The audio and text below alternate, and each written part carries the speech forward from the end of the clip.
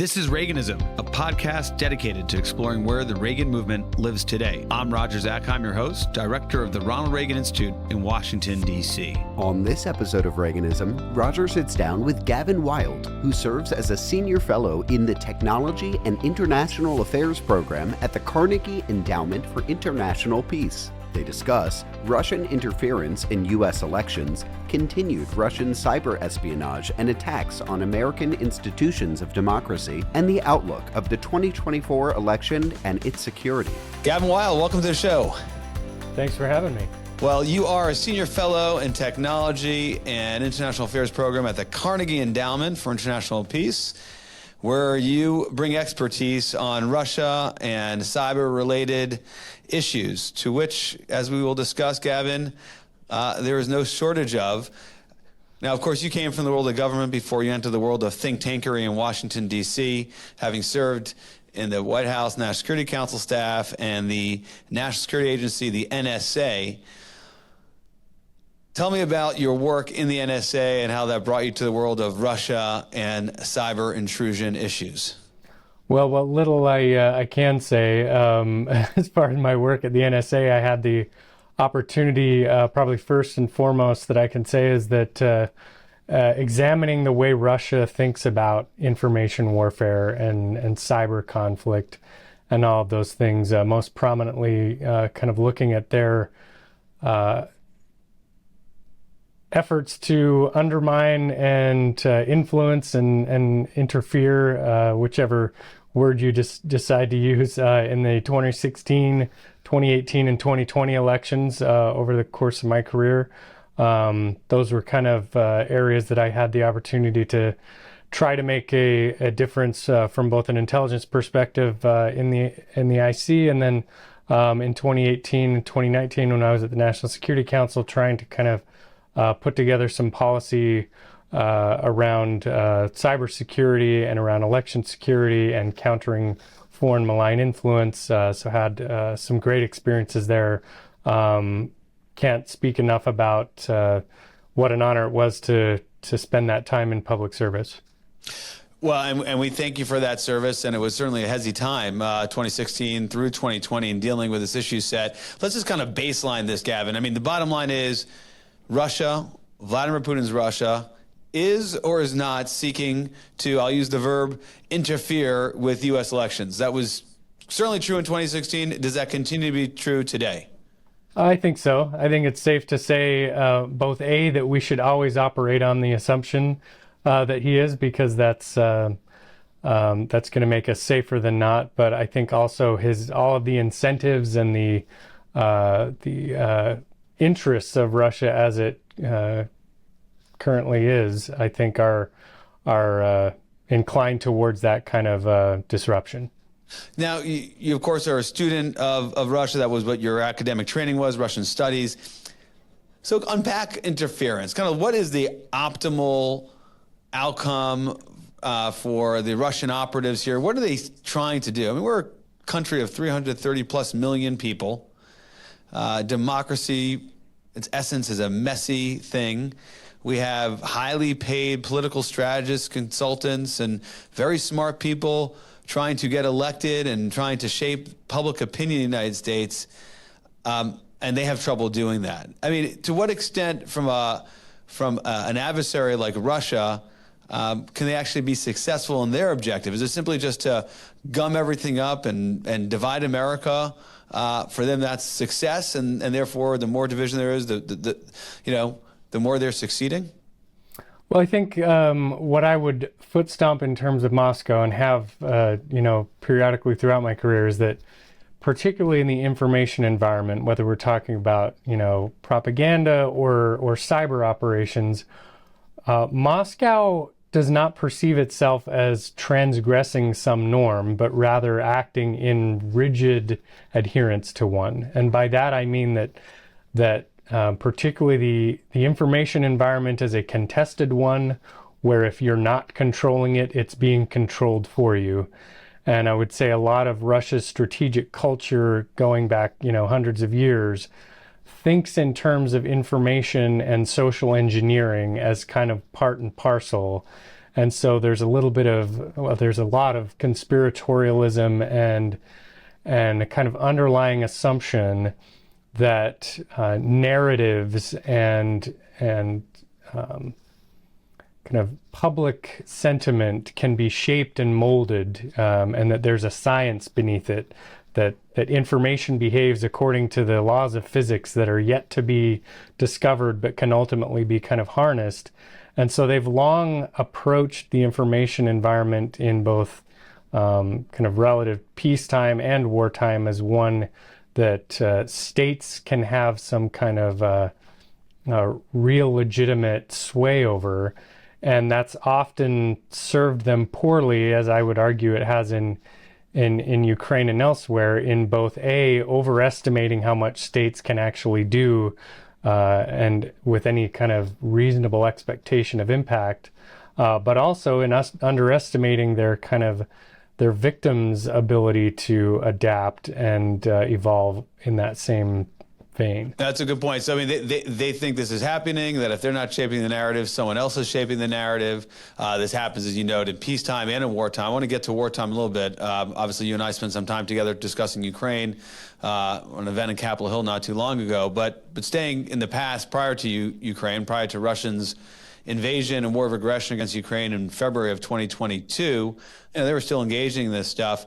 It strikes me that they attempted to interfere in the 2016 election, but the real interference was absorbed when kind of our federal authorities and other players got wind of this, didn't really know what to do with it, and imagined things that they were doing that they weren't doing, and didn't know they were doing things that they were doing, and it just resulted in further conspiracies that actually, I think, accrued to the benefit of Russia. Perhaps not because of their superior planning or ability to carry it out, but they got everybody thinking about it and wrapped up in it. Give me your take, or whether or not that's a generally correct way to think about what happened in their interference in 2016. Well, so I love I love to borrow a phrase that I think Michael Shermer kind of coined, which is kind of my hop, lie hop, and cow hop are the three kind of ways to think about this. Made it happen on purpose, let it happen on purpose, or capitalized on what happened on purpose. And I think Russia's very, very, very good at the third one, very good at the second one.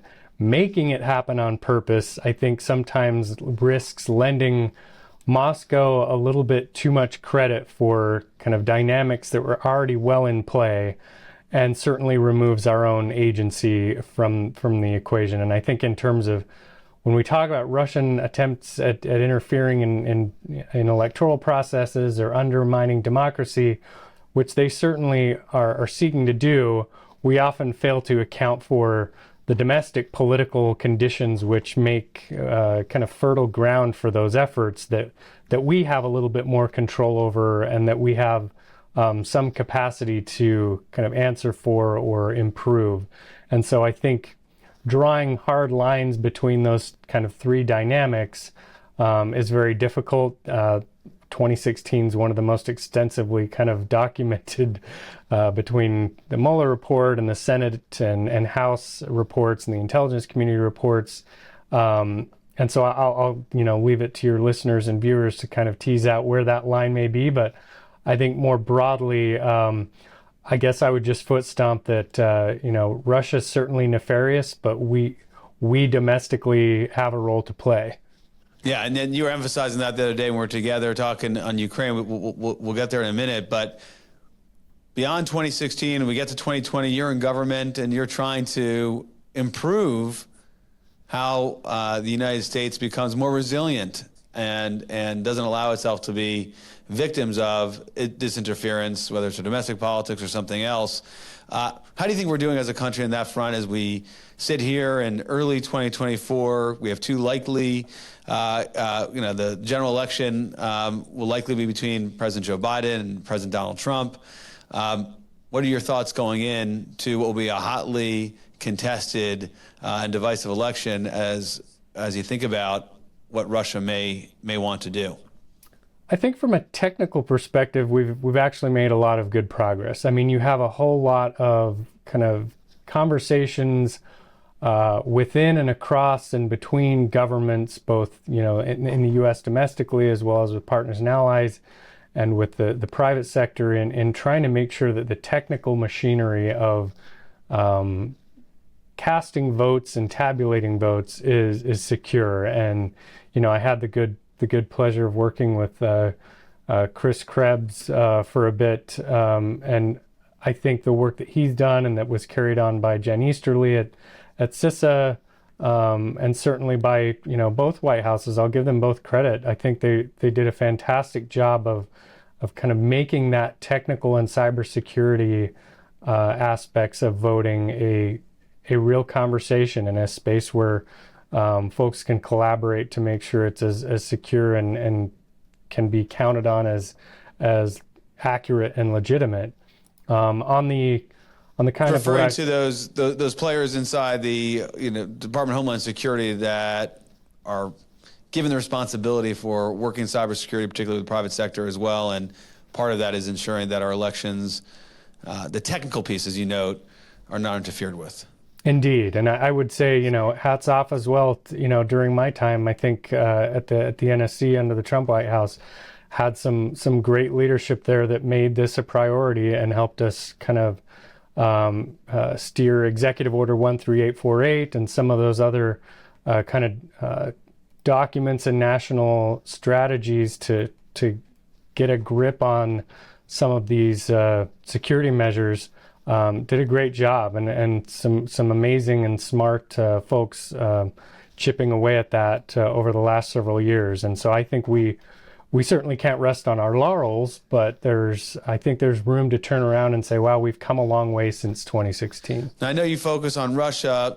China, the National Intelligence Council determined it was not involved, did not interfere in a formal sense, a state-directed sense, I guess, in our last election. Do you expect that to stay the same? And why wouldn't China get in on what the Russians have done? And they seem to be involving themselves, for example, in the war in Gaza by actively trying to shape public opinion against Israel in favor of Hamas, or certainly Gazans. What's your kind of outlook towards China as we think about the upcoming election and interference? So I'm by no means a China expert, but I think in the quote-unquote cognitive or psychological space, or in that more fuzzy propaganda and kind of influence space, as it were, that's where things get a little bit tougher. It's harder to kind of point to an international norm or international law or something kind of in physical space that doesn't work the way it should have, like a voting machine, due to some interference. In the cognitive space, it's a little bit tougher and fuzzier. And I think all states have kind of ways of expressing their will through, direct strategic communications or via proxies, etc., in ways that kind of feel like an affront to our kind of national interest or our sense of sovereignty. Yeah, I would think. Yeah. And so, that's a tougher nut to crack. We tried again with Executive Order 13848 to kind of split this idea of technical interference and kind of the fuzzier influence operations for the public. But I don't know that there's hard and fast kind of understandings there. And I would guess, insofar as China practices a lot of more assertive diplomacy, if you will, and is very actively trying to shape global narratives.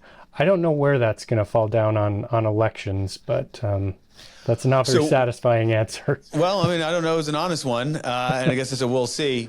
We think about what the Biden administration has done, and this is where we're moving into Russia's war on Ukraine. One of the things that we saw was this deterrence by disclosure, or an attempt to deter Russia's invasion by disclosing their movements into Ukraine and demonstrating that the world was watching and trying to deter them from ultimately invading, which failed. But it was this moment where you had sensitive intelligence, reportedly, that was being unclassified or declassified, so it could be used to deter the adversary. Do you see any of that being applied to what a state actor might try to deploy in the context of election? We did have these, the hack and drop strategy that Russia used, where they're going ahead and hacking in and leaking information that would be harmful to one campaign or the other. This happened with the Clinton campaign, for example. And you could imagine that you need the intelligence community to come in and say, hey, this was hacked, this is a foreign actor, engaging here and responsible for it. Kind of take me through that sort of activity and how we might, as a government, respond. So at least in my experience, like I think back to 2016 and how, what a watershed moment it was for some of us involved in that report to realize that we, the IC, are now treating the American public as a consumer, and we're gonna try to craft something that speaks directly to them about Russia, one of our hardest targets, and we're going to do so in a way that doesn't jeopardize how we do our job. That was kind of an interesting moment. It was a little bit unprecedented, and I think it's probably wise the way that since then leaders have judiciously tried to look for ways to kind of make sure that we, the intelligence community, and certainly as regards elections, are not in a perpetual state of kind of figuring out who shot John, but rather trying to get ahead of it and prevent some of these disruptions from occurring in the first place. So I think the instinct is positive. I think it's probably, I think there's a piece out just this week about how the NSC and ODNI have set up entirely new frameworks and processes around how these declassifications, as it were, get kind of processed and considered. But I think more broadly, when it comes to Russia, at least from my perspective, one of the under-examined aspects of these disclosures is granted, you wanted to let the Kremlin know that the world was watching, but maybe one of the implicit messages also was, you can't really trust your inner circle. We have you covered, or that you perhaps have insider threats of your own. So I think one of the potential byproducts there, if not an explicit goal, is to kind of undermine the Kremlin's sense of self and undermine Putin's sense of how much he can trust those who surround him. That takes a longer time to kind of manifest, and it's tougher to measure. But yeah, and it kind of exposes a bit of the shadow wars here, the messaging, the deterrence, exposing the vulnerabilities for a leader to become a little less confident, perhaps a little more insecure, and then might change behavior. Although my sense is Vladimir Putin, he doesn't lack for confidence, and he really is not one who's insecure about anything. Could be his undoing, but certainly the way he tends to operate. We're here with Gavin Wilde from the Technology and International Affairs program at the Carnegie Endowment for International Peace, really discussing intelligence world, cyber, elections, and the conduct of Putin's Russia. One thing that they've been successful at, Gavin, and certainly Putin has, is that even with a disclosure saying, hey, this is Russian intelligence, either dumping or putting out misinformation and the like, and our intelligence community may or may not, do that. But if they do, it also relies on the trust and confidence of the American people, the media, political actors, elected officials. And of course, we've seen a significant degradation in that domain, where a National Intelligence Council statement may say X or Y, or a member of the National Security Council may say A, B, or C, doesn't necessarily translate to the actors involved or the country writ large, the electorate, accepting that.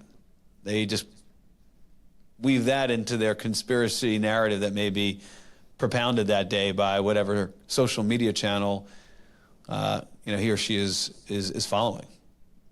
Yeah, I think that also speaks to, since 2016, there have been necessary conversations around kind of the quality of our media literacy, the journalistic ethics that would come into play when you're dealing with materials that have been hacked and leaked. I'm confident. I know several, outlets and journalists who have done some soul searching since 2016 to think about how they would handle subsequent leaks of that type.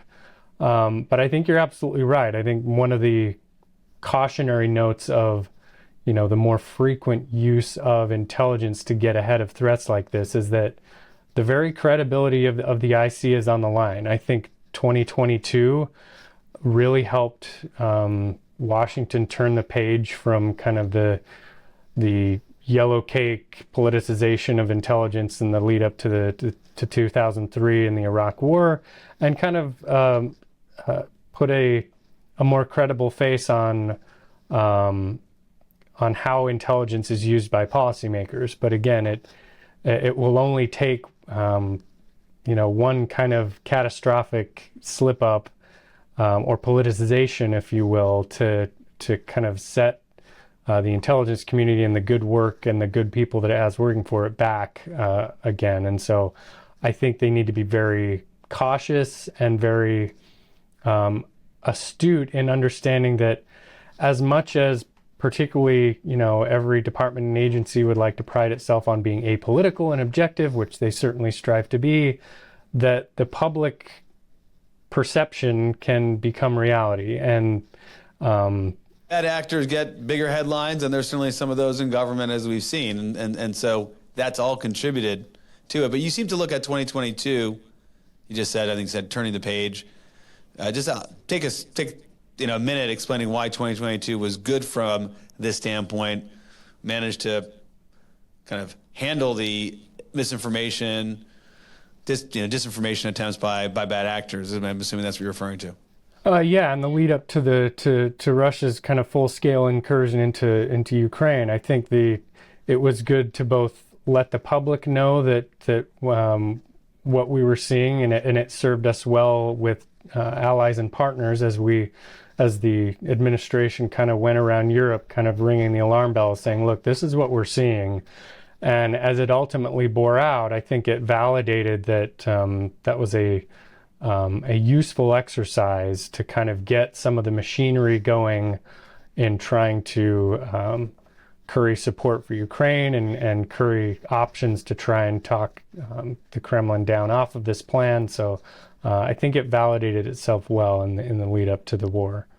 In the event we participated in together in the Capitol a few weeks ago called Containing the Kremlin, thinking about what we can do to realize containment, you had a great observation as we talk about information warfare, Russia's information warfare capabilities. This is what you said: one that can not only alter the battlefield outcomes, but bend an entire population to its will, is really what they were seeking to do. This idea of bending the will. Talk a little bit as we migrate to Ukraine. Of course, as we're having this conversation, Russia's on the offensive in Ukraine. Ukraine is struggling to hold them off, fend them off, and they're in desperate need of additional munitions. The U.S. Congress is deliberating on whether or not it will appropriate funds to provide additional defense systems to the Ukrainians. But there's, in parallel with the kinetic effort, you have this hybrid effort that really Russia seeks to bend the will of those on the ground and then around the world. Talk a little about that. Yeah, so I mean, I think particularly, let's rewind the clock a little over a century ago. Like, most of the thinking about information from a Soviet perspective was, again, as I said, kind of this social engineering project. This wasn't just about, throughout the Soviet experience, it wasn't just about controlling the newspapers. It was about art and science and sculpture and dance and film, et cetera, et cetera. Everything that had kind of this semantic interaction with the public was designed to shape the new Soviet person or the new Soviet man and woman. And there's a great quote from Yevgeny Messner, who was kind of mid-century theorist in the Soviet Union, who talked about kind of insofar as it touched upon military and warfare issues, he talked about the soul of the enemy's society. And he said this is the most important strategic objective: degrading the spirit of the enemy and preserving your own from degradation was this new struggle, and kind of it's a good touchstone for how I think strategic culture in Moscow thinks about information warfare. It's as much about the enemy society and eroding their sense of self as it is about any kind of battlefield objective. And you can kind of say, well, certainly there's a societal element of the way that we in the West or in the US think about war, and that's certainly true. But I think insofar as information warfare goes, I think it's easy for us to underestimate or kind of gloss over how central to Moscow's thinking this societal element is. And have they been successful to date, in your judgment, with this approach? And because this is Moscow, Putin's Russia. This is a kind of dictator, dictator, autocrat, not seeking to lead a Politburo advancing some pure form of communism. Right. This is essentially taking this approach and extending it outward, and kind of projecting this idea of domestic control and forcing it on, Russia's neighbors. But no, I would argue that at least with regard to Ukraine, that it's been a dismal failure. It makes all the sense on paper that you want it to, as long as you're theorizing about the nature of war, which all theorists are wont to do in military academies, etc. But I think the myth that they sold themselves on of using information, and by that I also mean kind of cyber attacks designed to cause disruption in the civilian realm, to make your daily life hard and immiserate your population. I think they sold themselves on the idea that if they could just make Ukrainians suffer enough, that Ukrainians would turn to their leaders and say, isn't there a better way? Or their leaders would feel kind of pressure to change course and capitulate. But certainly since 2014, that's not been the way that Ukraine has gone with regard to Russia. And it kind of, in watching all of this cyber and information warfare being directed at civilians in particular, it kind of reminded me of some anecdotes from World War II onward through Vietnam, etc., where, air warfare theorists from the US or Britain or Germany or Japan all kind of talked themselves into this same rationale when it came to air warfare, that if we just hammer civilians hard enough and immiserate them and make daily life so unbearable, that will surely lead to the ultimate kind of capitulation by our adversaries. And unfortunately, in the majority of cases that some historians have looked at, that didn't turn out to be the case. And I think you're seeing some of that easy button warfare, as it were, being applied now in cyber and information space. So that, translated as the Ukrainians are resilient. If anything, these sort of cyber attacks result in them becoming more fervent fighters, supporters of a free and democratic Ukraine, and they'll resist.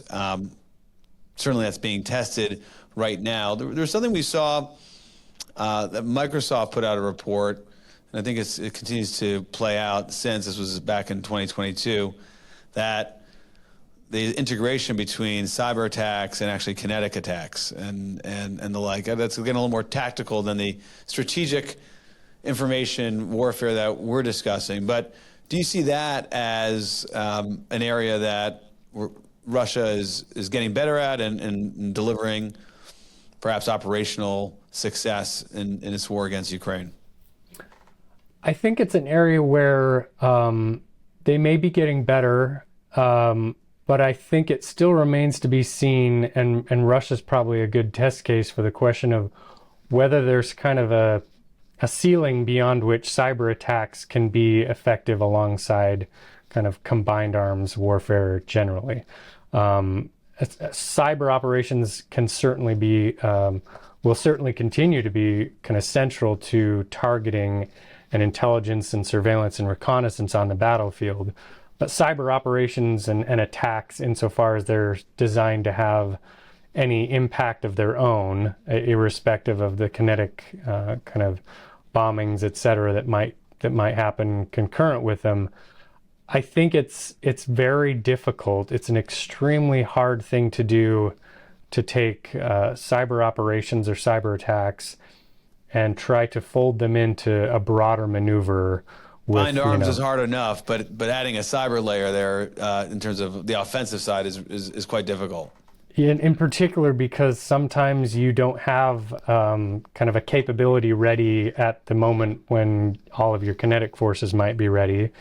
You don't necessarily know if you are going to be able to bank on the effect that you have in mind actually taking place, and hopefully your cyber attacks are sophisticated enough that they do only the thing that you've asked them to do.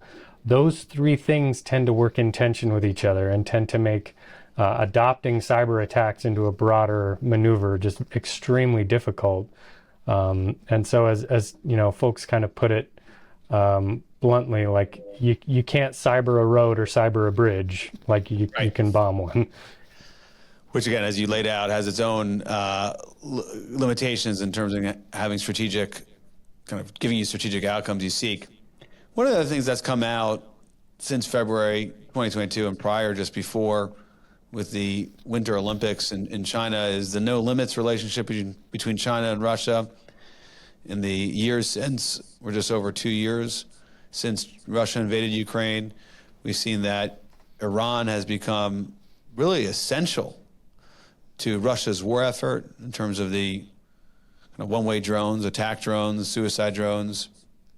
And then we see North Korea supporting, as well as Venezuela in terms of supply chain. So you have this emerging axis, which strategists are trying to understand and see what the limits or the depths of that axis means, and how much coordination is actually playing out, both operationally on the ground in Ukraine and more broadly in terms of diplomacy and strategy. But Gavin, what is kind of the level of coordination, in your judgment, between Russia, China, Iran in the cyber realm? Do you see any evidence that they're coordinating on that front, or to the extent that each country is operating in terms of this information warfare and the like, they're doing so independently, just on their own? My sense, at least, is that terms like endless, limitless friendship, etc., are good bumper stickers. But there's still an awful lot of distrust. I think wariness on the part of Moscow to become, in reality or perception, kind of an appendage of Beijing, or a little brother of Beijing. And so I think there's still. Yeah. So I think if there were ever to be kind of a marriage of convenience in cyberspace, it's probably more likely to come between Russia and Iran than necessarily Russia and China. I think you've certainly seen an awful lot of cyber espionage that continues to take place between Russia and China that neither side tends to make a big fuss about, but it still goes on.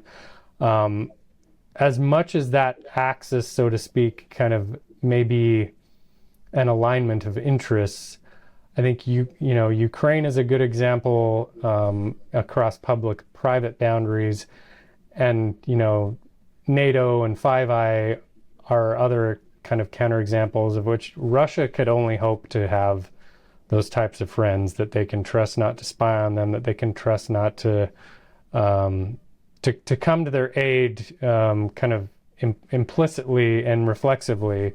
And so I think, strategic partnership, or whatever you want to call it, is certainly something we'd have to manage and be concerned about. But ultimately, I don't think, I think Russia is still probably green with envy in the types of allies and friendships that the Our U.S. Five Eyes versus their five country axis they have. It seems to me probably on the cyber realm and intelligence realm that's one that you really need a sophisticated, trusted relationship to develop it. But at the same time, there seems to be some sort of strategic coordination between the countries and operationally, and certainly in supporting the war effort. China, Iran, North Korea, they're involved and they're trying to help Russia succeed on the battlefield. Last item before we go to the lightning round. Again, we're with Gavin Wilde, who is a fellow in the Technology and International Affairs program at Carnegie Endowment for International Peace, an expert in Russia cyber activity. The question I have here, just to wrap up, is Russia's efforts to bend the will, the language we used before, not just of Ukrainians, we discussed that, but of the American people. And there's no shortage of misinformation going around social media channels, main kind of television networks, in print and elsewhere, that seem to be parrying Vladimir Putin's preferred talking points. I'll give you a few examples. Ukrainians don't have the will to fight. They don't fight. They're not showing up. Of course, there are over 300,000 Russians that have been killed or injured in this war. 30,000 plus Ukrainians have died in this war. Anybody who's looking at this knows that this is a real fight and a bit of a David Goliath fight, but both sides are fighting. Another example is that you can't trust the Ukrainians with anything because of not just their history of corruption, but present-day corruption. U.S. military platforms don't go in their hands; are being sold, in a black market. Not sure the Javelin missiles have a robust black market, but that's the narrative that's being shared and impacting the way some are talking about the war. You might be familiar with others, Gavin, but it seems to me that there is a concerted effort, and it has penetrated the mindset of many in the U.S. electorate and is contributing to concerns and skepticism some Americans hold for supporting Ukraine in their fight to defend against Russian aggression. So I would say I think Moscow certainly looks for, and a whole lot of entrepreneurial kind of actors in that ecosystem, in Moscow's ecosystem, are looking for opportunities to further ingratiate themselves and drive wedges in kind of public opinion on issues of import to Russia. I think one thing I would kind of be cautious of is lending them more credit for some of those sentiments than they're necessarily due, and kind of to the detriment of kind of doing some soul searching domestically in, again, what are the drivers behind skepticism insofar as it exists for support to Ukraine, or because I think at worst, sometimes the trolling tactics and certainly the online propaganda tactics make an easy scapegoat and are distractive from more difficult questions we need to answer about our own strategic communications with the American public, addressing kind of whatever deeper domestically rooted drivers there are for those types of sentiments. Because I do think that we can do an awful lot better at communicating the degree to which U.S. support is not only pivotal for Ukraine, but services several of the U.S.'s grand interests. I mean, thinking in terms of the money and the attention and the national kind of security focus that since Reagan's time has been focused on what is essentially the Russian military, and the fact that Ukraine has done so much to hollow it out over the last 2 years, with really what are marginal sacrifices from a financial perspective. Oh, yeah. It's been from pennies the of dollars States we'd otherwise have to spend. No, that's right. I mean, and I'm kind of we'll move into the lightning round in just a moment, but you did invoke the namesake of the Institute and this podcast program. I think we may have pockets of this country parroting views or talking points that reflect what the Kremlin may be pushing out. But at the end of the day, President Reagan would have just taken it to the American people and used the power of persuasion, use our democracy and freedom of speech to our advantage, which of course he and our founders all believed was the comparative advantage. This decisive comparative advantage would allow us to, overcome any form of misinformation. Perhaps some people today doubt that. But if you look at the polling that we've done here at the Reagan Institute and elsewhere, the majority, in fact, the supermajority of American people would like to see the United States continue to support Ukraine. 75% of Americans are on the side of Ukraine and want Ukraine to win. They see that as vital. So, the Kremlin's not succeeding in this misinformation, and we tend to focus on pockets and perhaps some prominent voices that are lending credence to that point of view. But it is clearly a minority point of view, and one that, as you know, Gavin, we should take on and engage with and persuade. Absolutely. And I would say it's very difficult to tease out what portion of that kind of sentiment would not exist were it not for, the propaganda aspirations of Moscow. That's an impossible question to answer, but I would just, I think that approach is probably through the power of example and strategic comms versus anything that we can somehow deter or dissuade Moscow from being, from expressing, organically or otherwise, their preferences. I think we should just have confidence in our own ability to communicate, and more kind of less pessimism towards the American public, and their ability to kind of sort nonsense from fact. Gavin, let's go to the lightning round. Here's where I ask our guests to provide their favorite Reagan quote, speech, book. We'll take all three, two, or just one. What do you have for us?